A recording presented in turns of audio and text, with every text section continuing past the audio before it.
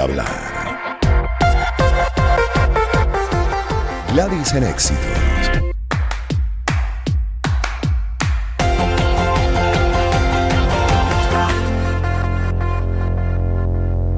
1:28 de este lunes 19 de febrero. Escuchan Gladys en Éxitos hasta las 3 de la tarde, la primera hora nacional. Luego ya de las 12 hasta las 3 estaremos para Caracas. E igual recuerden que nos pueden escuchar por las ventanas digitales, por ahí nos consiguen dentro y fuera de Venezuela también, como gusten. Ahora bien, para esta primera hora queremos desarrollar entre otros el tema nada fácil, muy complejo de la guerra entre Israel y el grupo terrorista Hamas. Y además, pues la serie de acciones, reacciones que vienen surgiendo también a propósito de ese conflicto. Planteábamos como tema hasta qué punto, por ejemplo, lo que llaman una zona de amortiguamiento que se está construyendo o que Egipto está construyendo en la frontera con Gaza, puede poner en peligro incluso los lazos de casi medio siglo con un socio árabe clave, ¿no? En el caso de la campaña militar de Israel en Gaza. Y lo vamos a hablar con un periodista que tiene maestría en Derecho y en Relaciones Internacionales, Halim Naim. Antes leo de CNN en español.cnn.com, entre otros medios que destacan, esto fue publicado el 16 de febrero, que Egipto está construyendo esa enorme zona de amortiguamiento de kilómetros de ancho y un muro a lo largo de su frontera con el sur de Gaza, según muestran nuevas imágenes satelitales, mientras crecen los temores sobre la ofensiva terrestre planeada por Israel en Rafah, donde se refugia más de la mitad de la población de Gaza. Si se completa la zona de amortiguamiento que se extiende desde el final de la frontera de Gaza hasta el mar Mediterráneo, abarcará por completo el complejo fronterizo entre Egipto y Rafah. En el límite actual se pueden ver varias grúas colocando secciones de pared. Imágenes satelitales adicionales revisadas también entre otros medios por CNN muestran que las topadoras llegaron al sitio el 3 de febrero y la excavación inicial de la zona de amortiguamiento comenzó el 6 de febrero. Ha habido un aumento significativo en la excavación en los últimos 5 días y así pues ya varios medios están reseñando esto y la pregunta que uno le hace a un periodista además especializado en estos temas como Halim Naim es qué puede representar. Bienvenido y buenas tardes. Buenas tardes, Gladys. Qué alegría saludarte y bueno, saludar a toda tu audiencia. Lamentablemente en estas Gracias. circunstancias y hablando de temas tan complejos Muy para la complejo. humanidad, porque definitivamente la geopolítica es así y algo que ocurra en Gaza, en Israel, en Egipto, no es ajeno a Venezuela. Es ajeno a Venezuela, más allá de que porque aquí existe población israelí o porque aquí existe población palestina, es porque estamos entrelazados, porque así la geopolítica funciona hoy en día. Fíjate, Gladys, ¿qué puede representar esto? Yo creo que acá hay que abrir dos frentes. Uno, enfocado en el derecho internacional y el otro enfocado en la diplomacia. Cuando nos enfocamos en el derecho internacional, vemos que no existe ilegalidad en la decisión que está tomando Egipto respecto a lo que ocurre en Gaza, al sur de Gaza sobre todo, porque ya Egipto se ha visto afectado históricamente por esta situación. Recuerden que Gaza en algún momento de la historia, para no entrar demasiado en el tema histórico, que es bastante profundo, agradezco muchísimo a la población venezolana porque la verdad es que yo me quedo sorprendido, Gladys, de cómo la población se ha convertido en una opinadora sin conocer realmente la profundidad de los conflictos a través de las redes sociales. Entonces, aterrizan un conflicto tan complejo como el de Israel-Palestina a la realidad política venezolana. Bien, entonces eso es algo bastante complejo y hay que tenerlo muy en cuenta. Fíjense una cosa, cuando hablamos del aspecto internacional, ya Egipto ha venido arrastrando consigo muchísimos conflictos derivados del conflicto entre Israel y Palestina, o entre Israel y Gaza, en este caso entre Israel y el grupo Hamas. ¿Y a qué me refiero con esto? En este último episodio de guerra, ¿no? Estamos perdiendo la comunicación.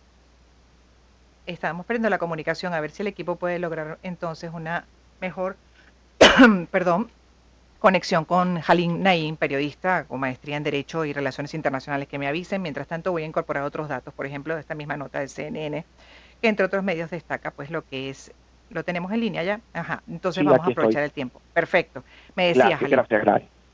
Fija, entonces cuando nos vamos al derecho internacional, Gladys, hay que entender que un país que viene arrastrando tantos conflictos derivados de este conflicto entre Israel y Palestina, entre Israel y Gaza, o en este caso entre Israel y Hamas, vemos que, por ejemplo, los datos de este último episodio de guerra que comienza el 7 de octubre y que se ha extendido hasta nuestros días, ha derivado, por ejemplo, que en el norte de Egipto, y hay que entender un poco la geografía, Egipto queda al norte de África, colinda directamente con una parte de Gaza y con Israel, que se encuentran entre África y Asia, y que definitivamente cualquier situación que ocurra dentro de Israel o dentro de Palestina va a afectar directamente a Egipto.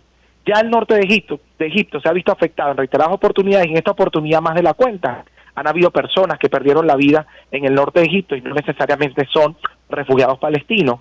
Han habido personas que se han visto en peligro, han sido desplazadas hacia el sur de Egipto porque en el norte estaban corriendo peligro, y esto no necesariamente quiere decir que sean refugiados palestinos.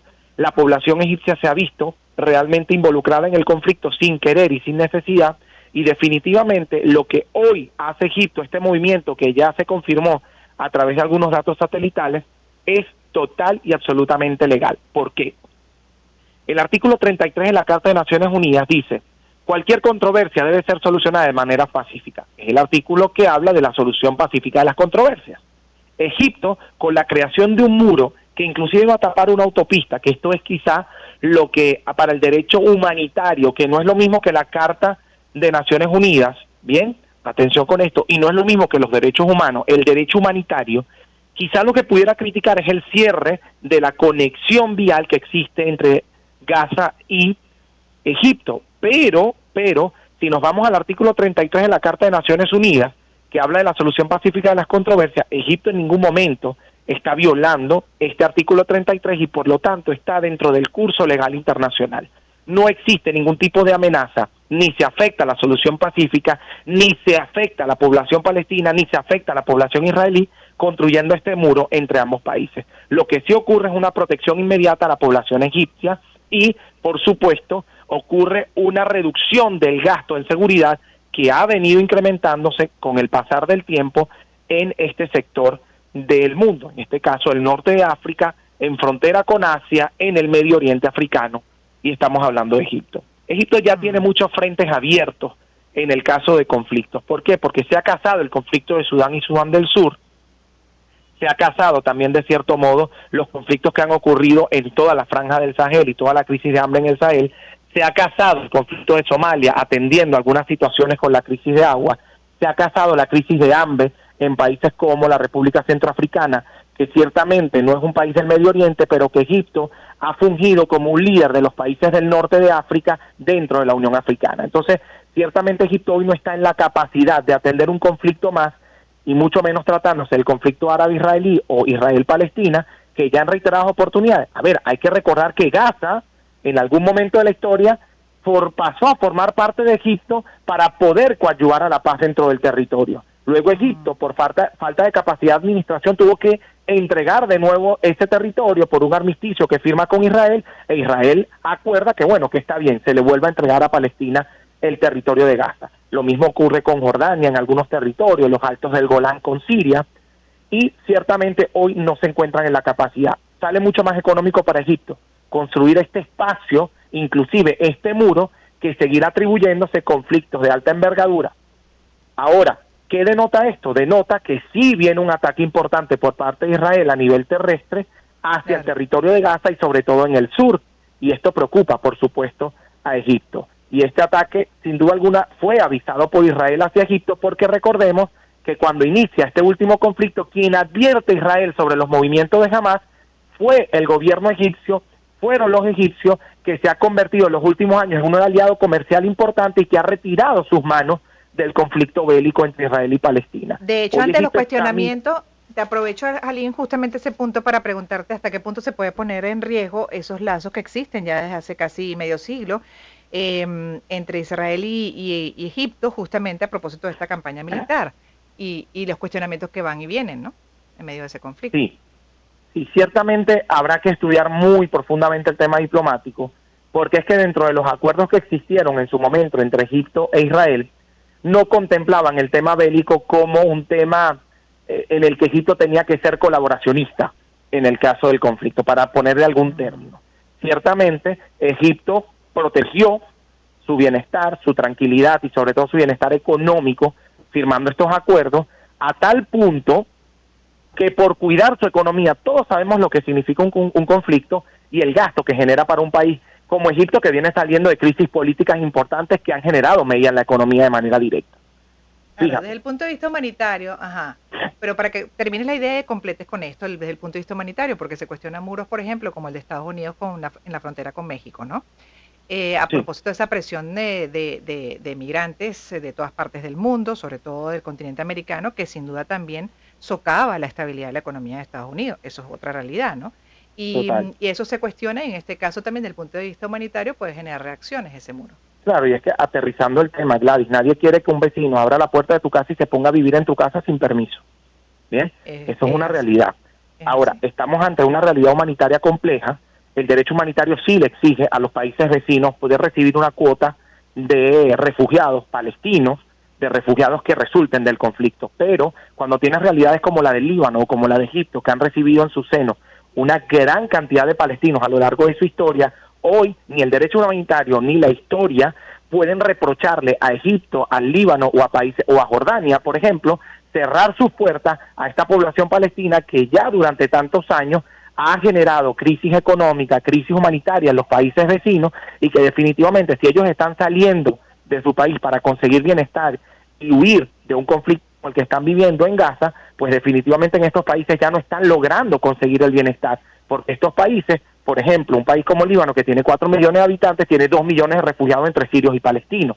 O sea, Ujú. ciertamente a Egipto ya nadie le puede reprochar la creación de un muro cuando tiene históricamente recibiendo la mayor cantidad de palestinos posible para poder albergarlos en su seno porque están huyendo de un conflicto entre Israel y Gaza, o el mismo caso de los israelíes que han tenido que pasar a Egipto por algún motivo en algún momento de la guerra De que viene desde refugio. el año 48. O sea, no hay Sí, sí. reproche alguno en el tema humano. En el tema humanitario quizás la norma pudiera exhortar a Egipto en algunos organismos internacionales a que abra paso para que los refugiados puedan entrar. Pero Egipto tiene, con todas las de la ley, una manera de defenderse y de hacer frente a cualquier acusación que se haga desde el derecho humanitario. Te agradezco mucho como periodista con maestría en Derecho y Relaciones Internacionales que hayas estado estos minutos en el programa para explicarnos la situación que se está viviendo. Bueno, en el Medio Oriente específicamente, en Claro, la este Franja es de un Gaza tema súper complejo, súper muy complejo. complejo, lo hemos abordado. Se necesitarían 14, 15 programas solo para poder aclarar ciertas cosas. Uy, sí, mira que lo hemos tratado desde diferentes aristas, ángulos, y la verdad es que, bueno, Sí, luce muy complejo y compleja su solución, sobre todo cuando además el conflicto parte de, así es. desde de las No, diferencias y que religiosas. la Cuando ONU tú, nace en el 45 para evitar la Tercera Guerra Mundial, pero se genera la guerra más larga de la historia. sí, pero además tú sabes lo que es difícil, por ejemplo, cuando un conflicto se basa en diferencias religiosas, cómo Bueno, es poder que, como atender te dije, aquí hay eso. dos frentes, el legal, ¿bien? Y el diplomático. La diplomacia dice una cosa, el legal dice otra, pero cuando nos vamos a las raíces del conflicto hay muchos frentes. Hay un frente Ujú. territorial, hay un frente religioso, hay un frente político, hay demasiadas cosas, porque también hay palestinos que no apoyan a Hamas, hay palestinos que se apoyan a Hamas, hay una OLP, existe sionismo, existe judaísmo, hay demasiadas cosas, ¿no? Para algunos es lo mismo, para otros no. Entonces hay demasiados frentes dentro del conflicto, demasiado. Imagínate tú un frente además tan complejo como el que una población o parte de la población, pues no podemos generalizar, pero quienes tienen esas posiciones radicales consideran que los otros no deben existir. Tal cual, Imagínate, tal cual. El primer principio para una negociación es reconocer al adversario. al Y aquí otro. no ocurre, no ocurre. Ujú. Gracias No por haber ocurre un estado con nosotros. reconocimiento del otro, por lo tanto no hay ventana de negociación, por lo menos en este momento. Qué difícil. Gracias, Halim. Vamos a seguir revisando este tema. Lo hacemos con frecuencia porque, como bien dijiste tú en los primeros minutos de esta conversación, justamente subrayaste el hecho de que de una u otra forma incide en lo que es la dinámica del planeta, del mundo y, bueno, por un tema de humanidad, además, dentro de las complejidades, bueno, la cantidad de víctimas que van arrojando conflictos de esta naturaleza. Gracias una vez más. Música en breve.